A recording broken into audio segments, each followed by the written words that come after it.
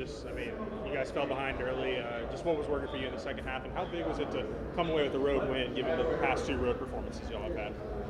This win in particular, I would say it was huge, just because, like you said, our past two losses on the road kind of affected us a little because we know how good of a team we are. So wins on the road really define you as a team, especially when you play so well at home. So, and for me in the second half, it was just attacking the basket. I didn't see some falling from the three line, so it was just getting to the rim. What was your reaction to that block by Trevor? Everything. I told him in the locker room, like, you really held me down on that because I got clipped on the screen.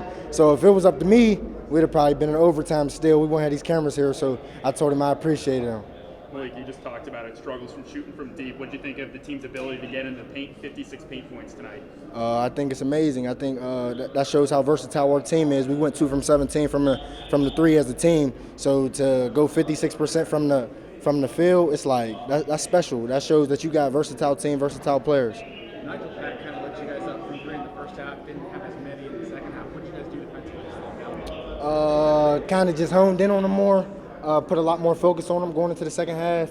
Very gifted three-point shooter, so just to eliminate some of them open threes or just threes in general going into the second, which we wanted to limit those. Oklahoma seemed to have a lot more offensive success in the first half than the second. I guess just first, what was working for them offensively? What was not working for you guys defensively in the first half, and what changed in the second? I would say, like in the first half for Oklahoma, a lot of their players was getting touches. A lot of the players was touching the ball downhill, getting to the line. They just had a lot of their team involved, and that was really working for their favor. So, and then they went up on us. So when you're playing catch up and the other team is playing well, then it's difficult. It's difficult, especially when you're not getting stops. But then we started to take care of that. Darius misses a free throw to tie the game. You guys have to say anything to him, and then he comes back down and makes the and one, the game-winning layup.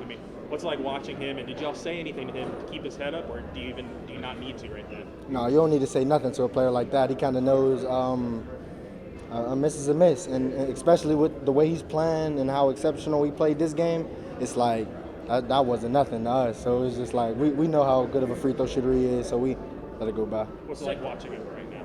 Special. I could just say one word. I'd say special. Second game in a row that you or Darius or even both are scoring a lot in the second half. What's it kind of like to be in that zone? How does that feel like? It feels amazing. It feels like everything. In my opinion, when you grow up, you watch college basketball, you watch high school, like whatever you're a big fan of, and you see, especially myself, I'm a gifted scorer, so I just seen my favorite players always putting the ball in the basket.